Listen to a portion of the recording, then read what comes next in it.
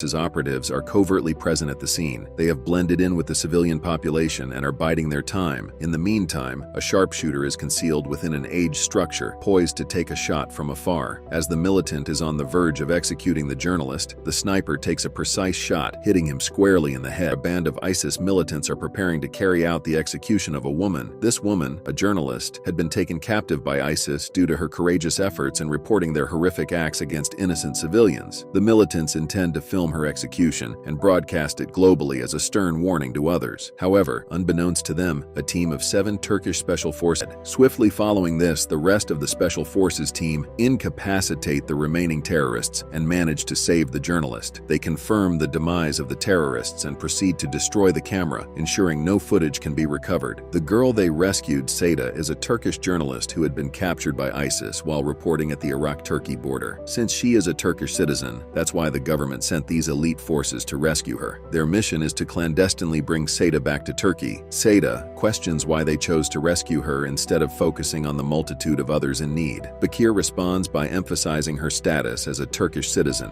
while Seda argues that nationality shouldn't dictate priority in saving lives. She believes that it is the duty of any army to protect people, regardless of borders. However, the colonels are unmoved by her perspective. Despite Seda's reluctance to leave by herself, the team asserts their authority, surrounding her with Bakir and Oguz positioned as her protectors. Bakir and Oguz were close friends and former non-commissioned officers. They were offered positions in a special forces unit due to their dedication and sacrifice. However, Bakir had previously suffered a leg injury, and Oguz had a steel implant in his shoulder from a previous mission. Some officers doubted their suitability for the job, fearing it would endanger the rest of the team. Colonel Vaisal intervened and expressed his belief that he would have made the same sacrifices if he were in their position. Bakir and Oguz were determined to prove themselves and honor their fallen commander, Kamal. Colonel Vaisal granted them an opportunity, warning them that the training would be exceptionally rigorous and demanding. Out of 200 soldiers, only 20 were selected for the force. The colonel emphasized that joining the unit was not about gaining personal recognition or fame. The colonel chooses Bakir and Oguz from a group of 20 for a challenging training program. Despite Bakir's significant leg injury, the commander demands his participation, disregarding his pain. The commander threatens Bakir with the life of his friend Oguz if he fails to return within a minute, pushing him to his limits. This marks the beginning of their intense training. Later, they are subjected to a test where a sponge is kept in water overnight, and if a drop is visible in the morning, they are dismissed. They endure a harsh night with their hands bound and thrown into the water, pushing their limits. The most challenging test involves fasting for 4 days, with the promise of a feast for those who surrender information. This rigorous training is designed to test their endurance and resilience in extreme situations. The officers resort to water and towel torture. When Bakir is subjected to this, he resists revealing his name, even under increased torture. Eventually, he starts singing songs and endures the ordeal with patience. The colonel admires Bakir's resilience, comparing him to a fiery diamond in their team. On the battlefield, they encounter numerous fresh corpses, causing Seda great distress. Arif warns of an approaching ISIS force, prompting the colonel to strategize. He leaves a decoy radio signal and retreats, ordering a fire upon the ISIS group when they arrive. 3 tanks fire simultaneously, decimating the terrorist group. 2 enemy soldiers survive, but Arif swiftly eliminates them with precise sniper shots. After witnessing an attack, the colonel realizes a significant ISIS force is approaching and contacts headquarters. They're instructed to return to their area due to a crisis in the North State. The team then encounters a war zone rigged with explosives. They launch a silent attack, and the colonel works to defuse a time bomb while the rest continue to fight. Oguz is attacked but saved by SRF, allowing them to defuse the bomb quickly. The next morning, Oguz teaches Seda to shoot. When asked about his feelings when killing, Oguz explains it leaves a mental scar. They then find a survivor and witness a girl being tortured by terrorists. Despite it not being their mission, they can't ignore the horrific scene and decide to intervene, despite being surrounded by snipers. In a tense situation, terrorists threaten a girl with fire. Colonel orders his team to attack, and Arif, a skilled soldier, takes out a terrorist with a headshot. The team then begins their assault from all sides. Amidst the chaos, a sniper injures Bakir. Oguz orders everyone to take cover while Arif locates the sniper. Just as the sniper targets Arif, he manages to shield himself and Seda. Arif then eliminates the sniper before he can fire again. After the threat is neutralized, the colonel rescues the frightened girl, who is relieved to see the soldiers and expresses her gratitude. The colonel, reminded of his deceased daughter by the girl's prayer, sees a reflection of his daughter in her. The colonel approaches a dying man, a former member of the Gervani military force, who has been severely injured by terrorists. Despite the colonel's attempts to to ease his pain with morphine, the man requests to be relieved of his suffering. Respecting his wishes, the colonel ends his life. The team regroups and heads towards the landing point near the border, where they expect a helicopter for extraction. Along the way, the colonel tries to communicate with a traumatized girl, but she remains silent. They reach a small village. Charticle 1. Seda questions the colonel about Turkey's lack of aid to Iraq. Despite their advantageous position, the colonel acknowledges the moral argument but notes the complexities of the situation. They decide to stay in the village overnight and provide shelter in the morning. The team enters the village cautiously due to its uncertain status. They find it populated by homeless individuals, including a young girl who is a resident. The village elder welcomes the Turkish army and offers them food. The team decides to rest. The colonel learns that a villager named Boran, a former soldier, is critically injured from a gunshot wound. The team receives a warning from headquarters about an impending attack by 100 ISIS members on the village. They are advised to leave before the assault. The colonel's soldiers suggest they protect the villagers, but the colonel believes their small team can't face the large number of terrorists. Seda criticizes the colonel, calling him a coward for not defending the helpless villagers. She declares her intention to stay and fight. The colonel asks Oguz for his opinion, who agrees with Seda that they can't abandon the villagers. The colonel commends Oguz, predicting he will become a great officer one day. The following morning, a helicopter arrives to evacuate the village children, including Seda, who is reluctant to leave. The colonel persuades her to go, asking her to keep their experiences confidential. He gives her a letter to open upon reaching Turkey. After the helicopter departs, the colonel informs headquarters that his team has decided to stay and protect the village. The team then strategizes on how to outsmart the large group of terrorists with their limited resources. Acknowledging the gravity of their situation, the colonel distributes 4 magazines of bullets to each team member, acknowledging their limited ammunition supply. Baybars proposes creating a bomb from his heavy machine gun ammunition and mentions their 2 rocket launchers for emergencies. Arif, the sniper, is positioned at a mosque minaret, reflecting on his role as a defender rather than a worshipper. The colonel strategizes, assigning different zones to each member to ensure all sides are covered. He instructs the villagers to seek shelter in a bunker and not to open the door until they return. Boran and a girl volunteer to join the fight, despite the colonel's initial reluctance. The girl is assigned to bring ammunition, while Boran is instructed to hide with an AK-47. As they prepare for the arrival of terrorists, Arif signals that they've arrived. They were expecting 100, but over 200 showed up, equipped with a high-tech American tank, Abrams. Despite the overwhelming odds, the colonel rallies his troops, insisting they can't retreat and must fight with courage and faith. They plan to win the war and return home. The colonel waits for the terrorists to reach their mine,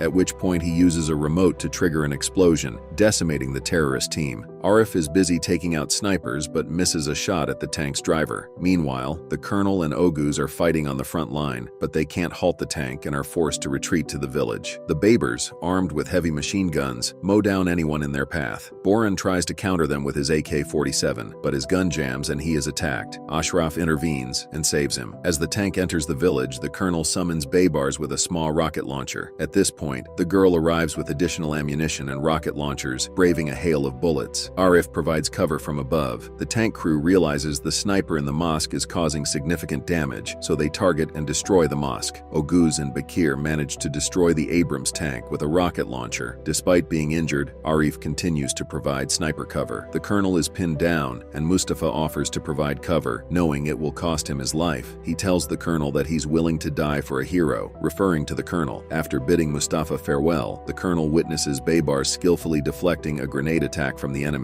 Mustafa is surrounded and captured by terrorists. Despite Arif's attempt to help, Mustafa insists he doesn't shoot and hands him a grenade, asking him to look after his son. He sacrifices himself with the grenade, leaving the team devastated. However, the war isn't over, bomber approaching, but his last bullet is intercepted by another terrorist. With no other options, the colonel attempts to disarm the bomber but is shot from behind. Oguz, Bakir, Arif, and Boran eliminate the remaining terrorists and rush to aid the colonel. Realizing his end is near, the colonel urges them to remember their fallen comrades and assures them of the nation's support. He expresses his peace in knowing they've protected the village. With that, Colonel Vaisal succumbs to his injuries, joining Mustafa and Isref in death. Their sacrifice is honored by all. The warriors sacrificed much for a greater cause. A flashback reveals the mission was to rescue a journalist who was against the army. Despite her disdain for them, the colonel insists on protecting her, emphasizing their duty to safeguard the Turkish people. After returning to Turkey, Seda reads a letter from the colonel, who likens her to his daughter for her stand against injustice. This moves Seda to tears. The scene shifts to 3 helicopters arriving to rescue the elite force, Strombringers. The villagers celebrate their victory, treating the soldiers as heroes. As they prepare to return home, the movie concludes and they continue to fight. During an attack, Esref is severely injured by a sniper. He urges Arif not to come to his aid and instead use him as a shield. Seeing no other option, Arif complies and uses Esref as a backup sniper. Guided by Esref, Arif takes a shot and takes out a terrorist sniper. Following the loss of 2 team members, the remaining soldiers are down to their last magazine of ammunition, with 30 to 40 terrorists still in their vicinity.